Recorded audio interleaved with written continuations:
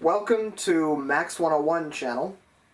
Today we're going to be talking about something interesting, and it's transit cameras. How awesome would it be if transit agencies all over the country, all over the world, whatever, set up these cameras that you could watch. You could just go to their website and all of a sudden see transit from across the world.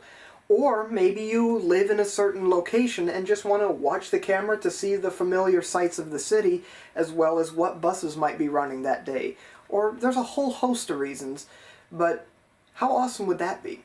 Firstly, as I'm sure you know, this YouTube channel is pretty much based in the Portland region and about the TriMet system and about our surrounding transit agencies. But this can apply everywhere. It doesn't have to just be Portland. Now, across the Willamette River, we have the Tillicum Crossing, and we have a camera. It's the Tillicam. Tillicum is a carless bridge. It's transit only. Bus, max, streetcar, bikes, pedestrians, and occasionally other vehicles, but it's very rare. And it's usually emergency vehicles or sometimes TriMet vehicles, utility vehicles, stuff like that. It's very cool to watch, and it's majority transit, so it's fun to watch sometimes.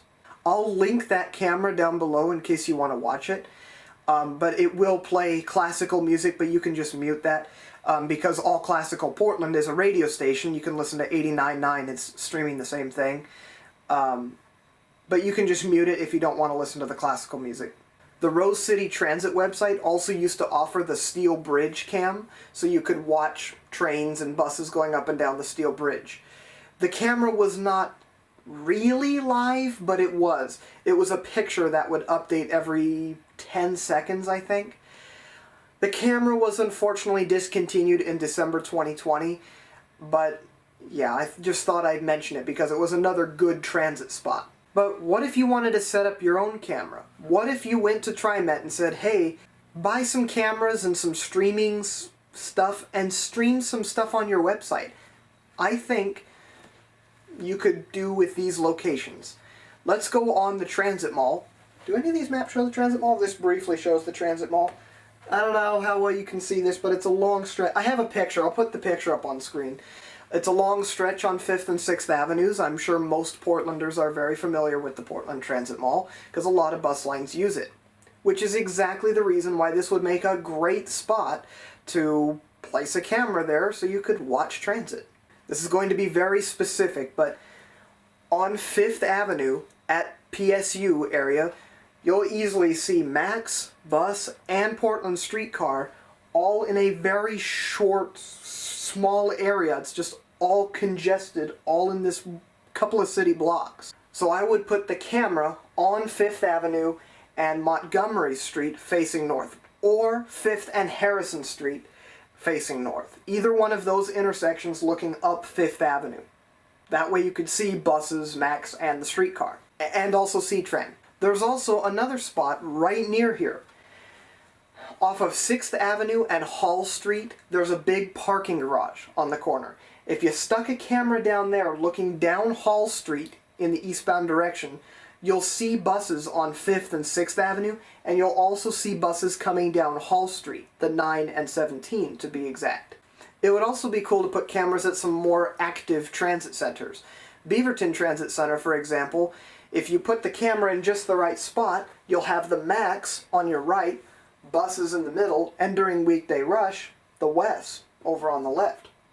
That would be cool to watch. Clackamas Town Center would be cool because of how busy it is. Clackamas Town Center is probably one of the more interesting transit centers just because they pull buses into the parking garage to turn them back around, and so the parking garage is always filled up with buses, and there's just one spot to wait for all of these bus lines. I think Clackamas Town Center has the most amount with 11 bus lines plus the Max Green Line. It's very busy. And also a camera at the Rose Quarter Transit Center track interlocking because, again, this is kind of the reverse. It seems like there are more Max trains going through this area than there are buses. The interlocking at Rose Quarter is pretty crazy. And blue, green, and red lines all travel on Holiday Street, but the yellow lines take the interlocking, go up Interstate Avenue, and in the early morning or late evening, trains will also use another track to get back to the yard.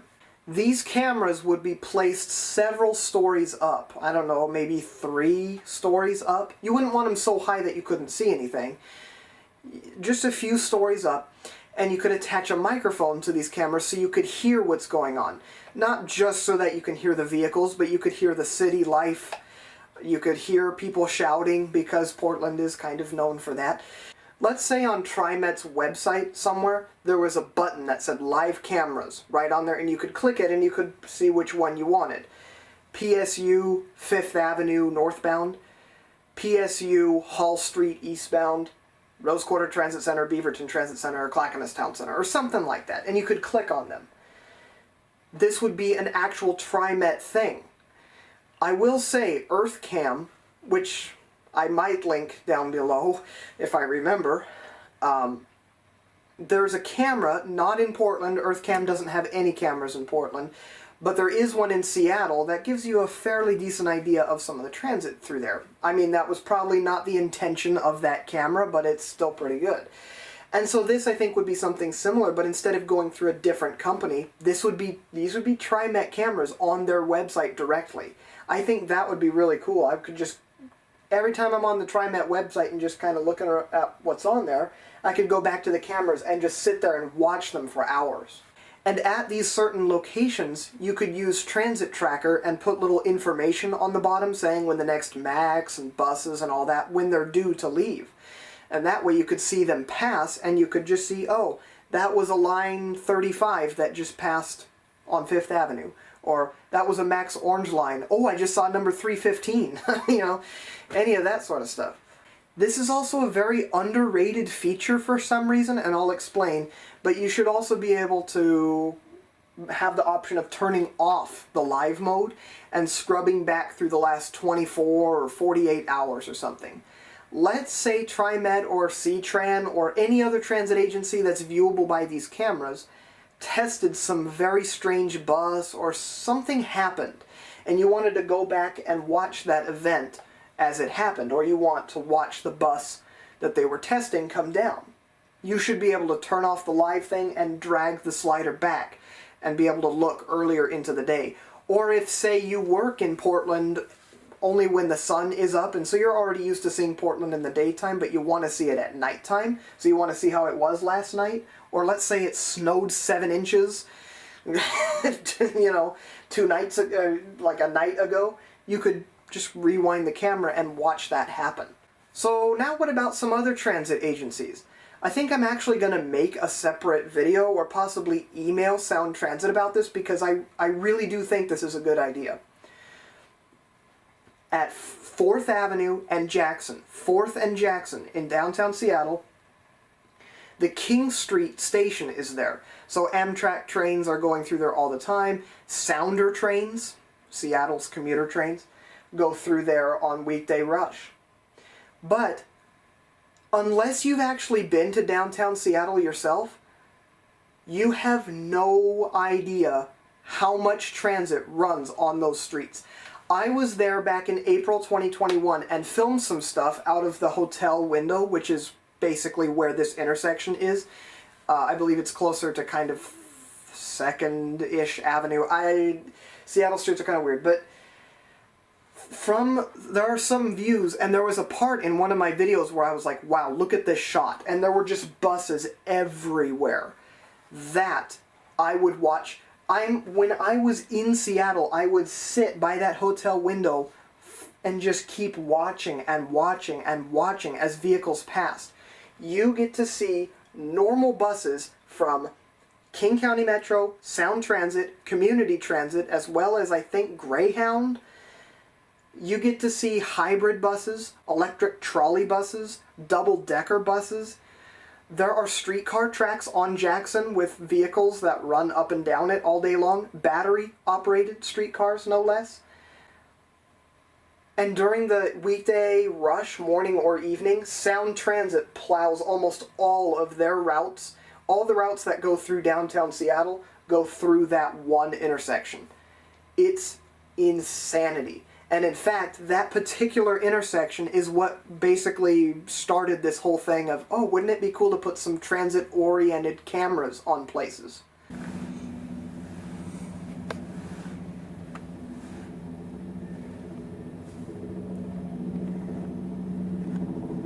Oh my god, there are so many, but look at this shot. There's a double-decker.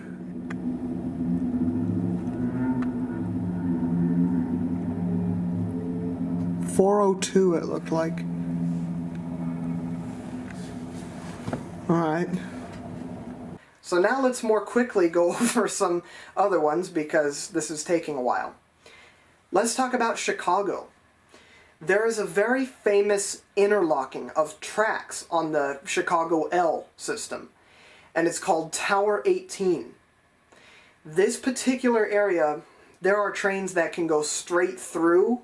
It's perpendicular track, so some trains go this way, some trains go this way. Some trains turn from one to the other, this way, or they go this way. It is one of the most, if not the most, complex track interlockings in the country. And it's so busy that there's almost, it's insanity. So having a camera somewhere near there looking at Tower 18, I could watch that for hours too. New York City, I have 3 locations for.